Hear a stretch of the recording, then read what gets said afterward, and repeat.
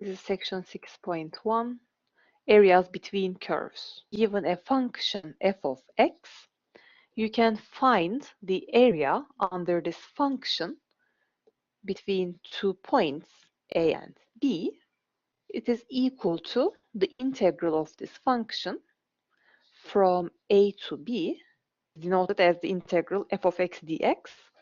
So we just approximate using rectangles, and if you just take a typical element, so in fact this is what we say, just a typical rectangle. So the width of this rectangle would be dx, and the height would be f of x, right? The height of this point, the y value would be f of x. So in fact, this is just f of x times dx would be the area of a typical rectangle. And we just sum all these areas, okay? So we just imagine dividing this area into very little subrectangles. Each of them has this area with the width dx and the height f of x.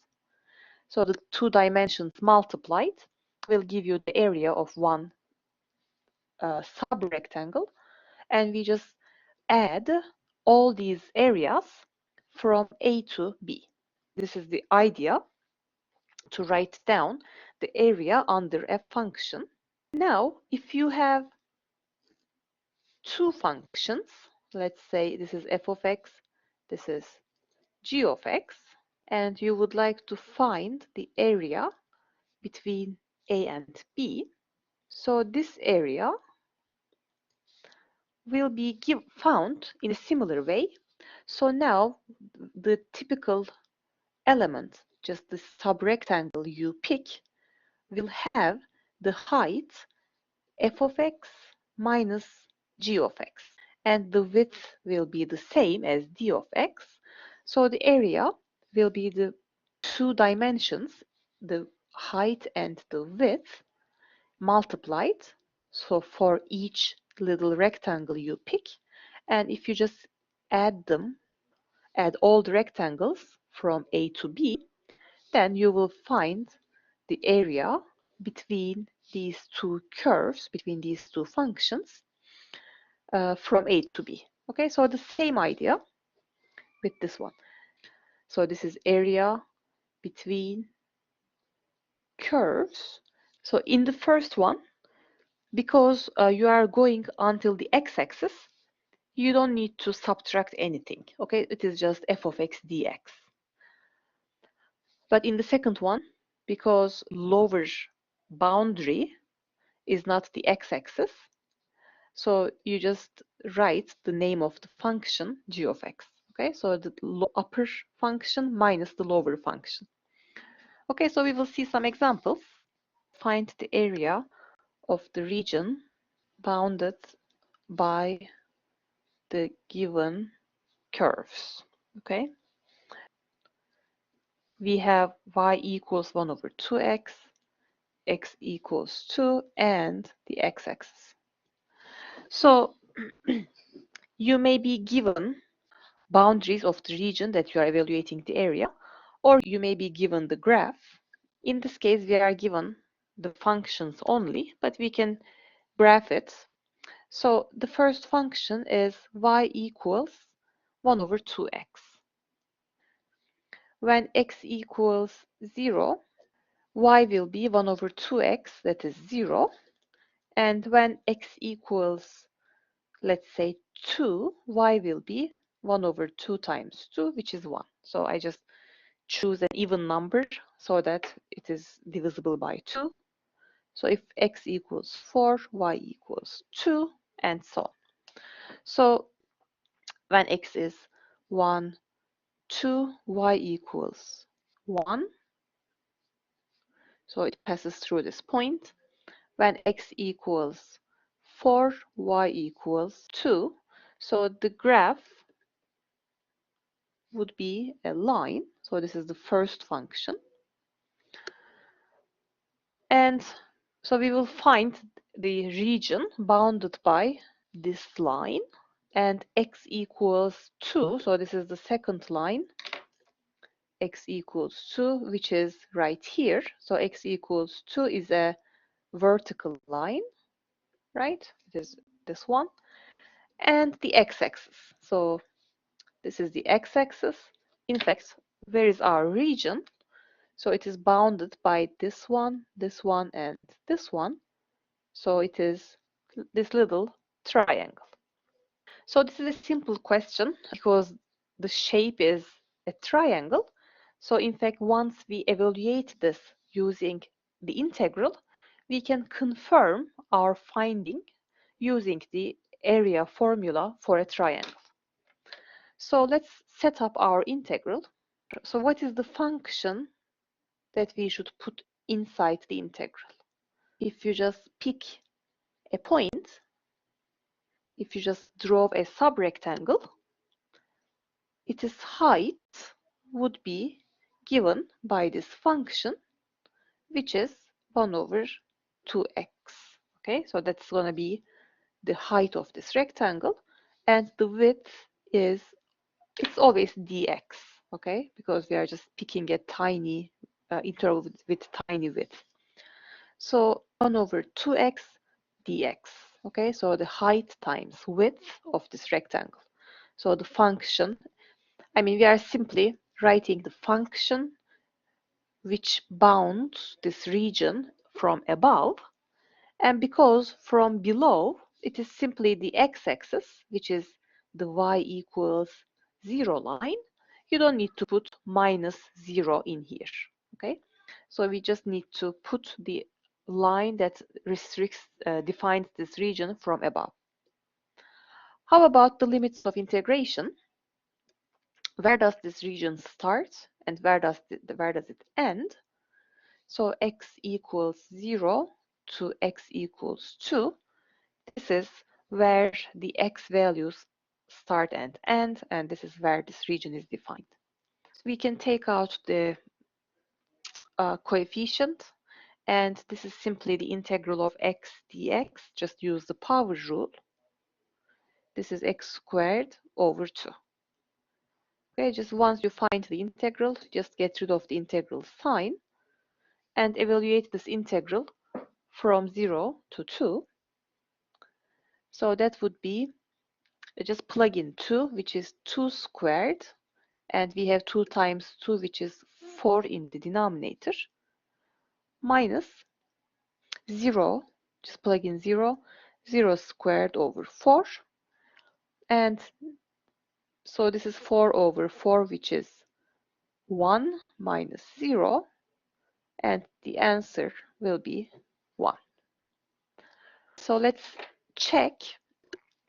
So using the triangle area for a triangle, that's going to be 1 over 2, the base times height, which is, so the base is 2 units, the height is 1 unit. So these cancel out, which is the same with what we found. This is an example where we use the first formula. The function is y equals 2x, y equals 2, and the y-axis, okay, or x equals 0 line. Again, you can use a graphing calculator, but these are not very difficult functions. So y equals 2x, just plug in 0 for x, y will be 0. Plug in 1 for x, so 2x will be 2. So in this case, when x equals 1, y equals just twice that, which is 2. So the function will pass through 0 to 0 and 1 to 2. So we will have such a graph. So this is y equals 2x.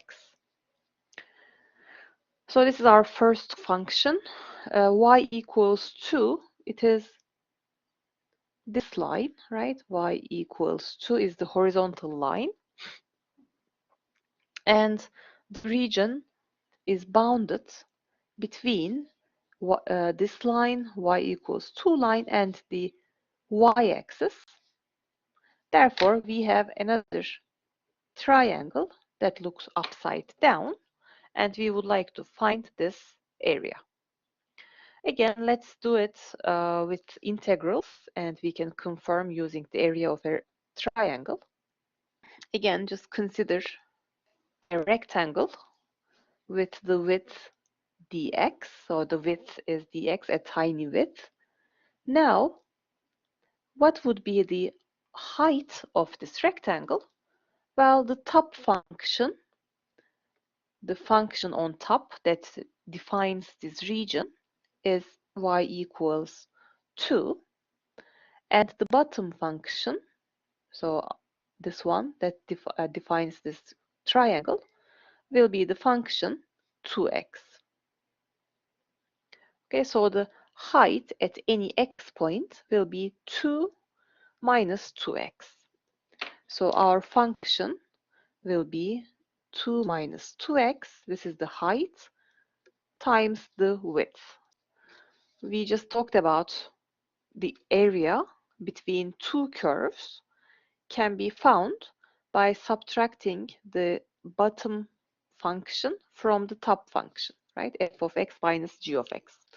So in this case, this is our region, and the top function is simply just a constant function, y equals 2, and the bottom function, it is y equals 2x. So we just subtract 2x from 2. So the top function 2 minus the bottom function 2x dx. Okay, so what are the limits of integration? We just look at the x values. So here x starts from 0 and goes until 1. So the integral of 2 will be 2x minus 2x. Its integral will be 2 times, because of this 2, increase the power by 1 and divide by that number. So this is the integral, and now we just need to evaluate it at 0 and 1. So just plug in 1. Let me just continue here. Let's first plug in 1. It is 2 times 1 minus, well, these cancel out. So this will simply be x squared. Okay, so maybe I will just write the simplified function here. 2x minus x squared evaluated at 0 and 1.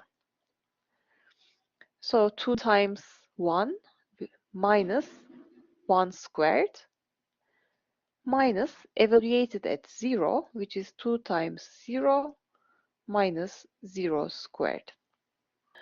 So this will be 2 minus 1 minus 0 minus 0, which is 0. So this is simply 1 again. Okay. Let's confirm. So again, just use the area for a triangle. The base, the width is 1, and the height is from 0 to 2. So again, this is the area of this triangle would be 1. So y equals x cubed, x equals -1, x equals 1, and the x-axis. So we are given these functions. What we should do is just graph, and again, you can get help from a graphing calculator, and find the region that is defined between these lines or curves. So in fact, when x equals 1, x cubed equals 1, and when x equals -1, x cubed equals -1. So the graph of the x cubed function goes like this. Again, you should either know how this graph looks like. You can remember from your previous math classes, or you can get help from a graphing calculator. this is the graph of y equals x cubed, and we are given x equals -1 and x equals 1. So these are these vertical lines and the x-axis. So this is the x-axis. So what is this region? The region that is between, like bounded by these curves, by these lines, is two regions that I shaded. Now we should set up an integral to find this area. I will just in fact do it in two ways. There are two separate regions, and in the first region, maybe we can call this A1 and the second region as A2. So we should do this evaluation. We should find this area separately, okay? Because in the first region, the function that is above is different than the function that is above in the second region, okay? So because remember, we should subtract the bottom, like the function that defines the bottom region, from the function that defines the top region. So the total area, let's write that down first, equals A1 plus A2, and we will just work them out separately. So let's start with the first region, A1. So we can just write an integral where we should just subtract, like start with the top function. What is the top function? This is the x-axis, which is the y equals 0 line. Okay, so this is the y equals 0 function. So for our function f of x, we will put 0. Okay, let me just remind you here, whenever you have two functions, f of x and g of x, you want to find the area between those. Start with the top function, subtract the bottom function, and integrate from a to b. Okay, so this is what we are using. So in this case, the top function is simply f of x equals 0 or y equals 0, and the bottom function is the x cubed function. Okay, so when you just draw a rectangle, the top part would be the axis, the y equals 0, and the bottom region, I mean the bottom of the region is defined by the y equals x cubed function. So what are the limits of this integration, of this integral? So in the first region, x is changing from -1 until 0. Okay, so the first integral will be from -1 to 0. Plus, let's write the second integral. Let's find the area of the second region. In this case, the top function is the x cubed function, and the bottom function that defines this region is the y equals 0 function. So we simply subtract the top function from the bottom function and integrate between x equals 0 to x equals 1. Okay? So the rest will be just to calculate. Let's simplify. The integral from -1 to 0 of -x cubed dx plus from 0 to 1 x cubed dx.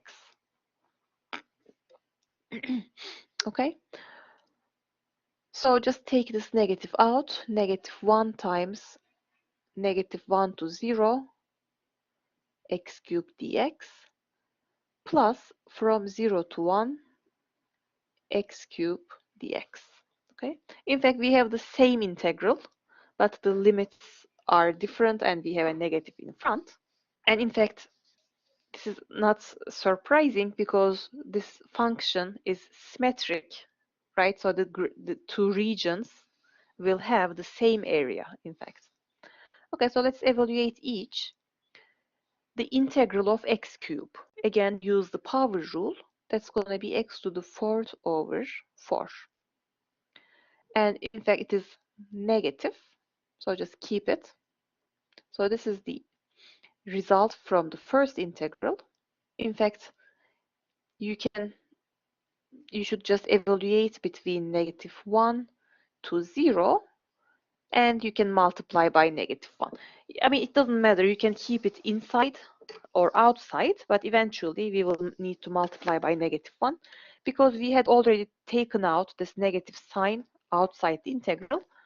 I will just keep it outside.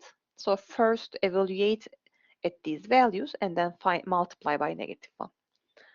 Plus the same integral x to the fourth over 4 and evaluate between 0 to 1.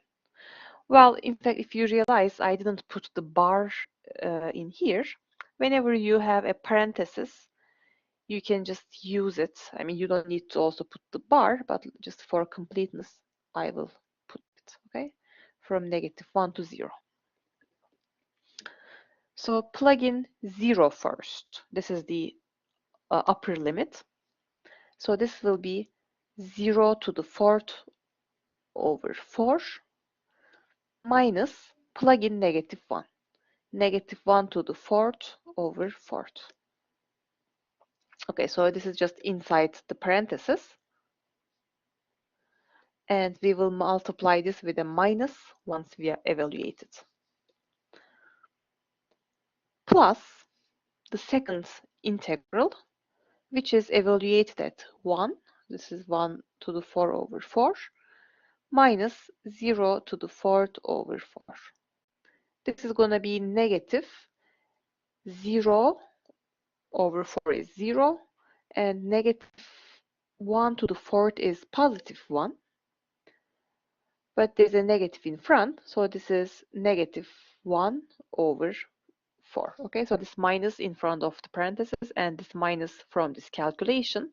So this is 1 over 4, and that's going to be negative of -1 over 4, which is 1 over 4, plus 1 over 4 minus 0, it is simply 1 over 4. Okay, just copy it here. So the result will be 2 over 4, which simplifies to 1 over 2.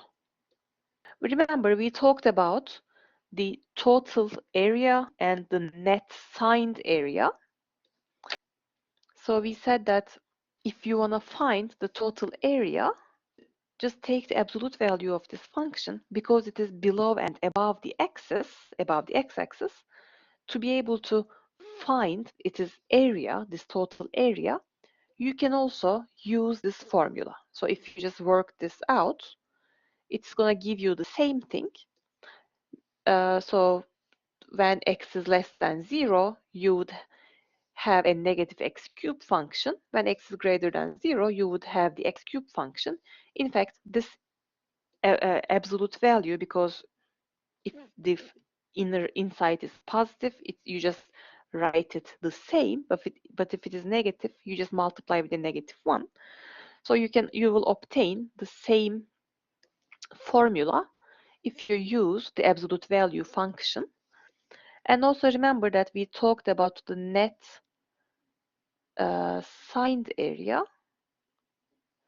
that is given by just the integral of the function. When we talk about the net signed area, the area that is below the x-axis is counted as negative, and the area that is above the x-axis is counted as positive. So you would, in that case, if you just integrate the function x cubed from -1 to 1, what you will find is the net signed area, which will be 0, because the two regions have the same area, but one is above, which is positive, one is below the x-axis, which is negative. So if you don't split the integral into two and simply find the integral from -1 to 1 of x cubed function, you will end up with 0. Whenever we would like to find the total area, we should use the absolute value function. But that means, you don't need to worry about this notation, that how you would evaluate the absolute value function. Just simply split your region into parts and determine the upper bounds and the lower bounds and subtract them in the correct order and add the two areas. So let's look at this question. Y equals x squared minus 4, x equals 0, x equals 3, and the x-axis.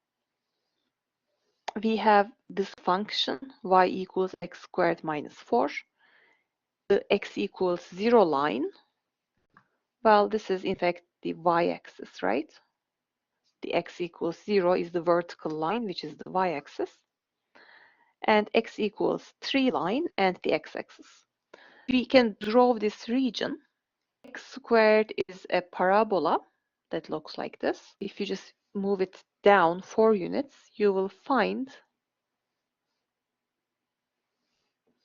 obtain the graph of y equals x squared minus 4. Okay, so it's a parabola. This is the x equals 0 line, okay, the y-axis. And let's see where is x equals 3 line. We should look at the x-intercept of this parabola. So that's going to tell us whether 3 is to the right or left of this graph. Let's just find the x-intercepts of this parabola. Just set it equal to 0.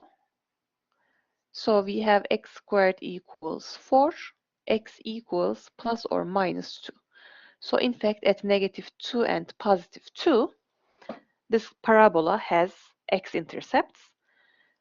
So I didn't draw it so well, but let's say 3 is somewhere here. So 3 is to the right, and in fact, they will have an intersection somewhere here. And let's find that value. Well, it is easy to find because if you plug in 3, so let's call this the f function. It's going to be 3 squared minus 4. That's going to be 9 minus 4, which is 5. So in fact, they will intersect at this point, x equals 3, y equals 5. In fact, we won't need the exact value 5 in here, but we just need to know that 3 would be to the right of this intersection point. Okay, so this is the graph, and let's find our region. So in fact, now we have these two lines, okay, and the parabola and the x-axis. So this is one region that is between the parabola, the vertical line, and the x-axis. And this is the other region that is between the vertical line, the parabola, and the x-axis. Okay, so these two regions, we need to find the area separately again. Let's say A1 and A2. In the first area, the region is defined, it's bounded from above the x-axis, which is y equals 0 line. Okay, so the top function will be the 0 function minus the bottom function, which is x squared minus 4. Okay, so the first region, the top function is 0, the bottom function is x squared minus 4. So we take the integral from 0 until 2. Okay? Plus, we will find this other part from 2 to 3, right? X equals 2 to 3. So the top function is now x squared minus 4. The bottom function is simply the y equals 0 function. You don't have to put it if it is under, so it won't have any, it won't change anything. So let's simplify from 0 to 2, negative x squared plus 4 dx plus from 2 to 3, x squared minus 4 dx. Okay, so we can find the integral using the power rule. So the first one will be negative x cubed over 3. Just keep the coefficient negative, increase the power by 1 and divide by that number. Plus 4x, okay, the second one. So this thing will be evaluated at 0 and 2, plus the second integral will be x cubed over 3 minus 4x evaluated at 2 and 3. So the rest is just some calculations.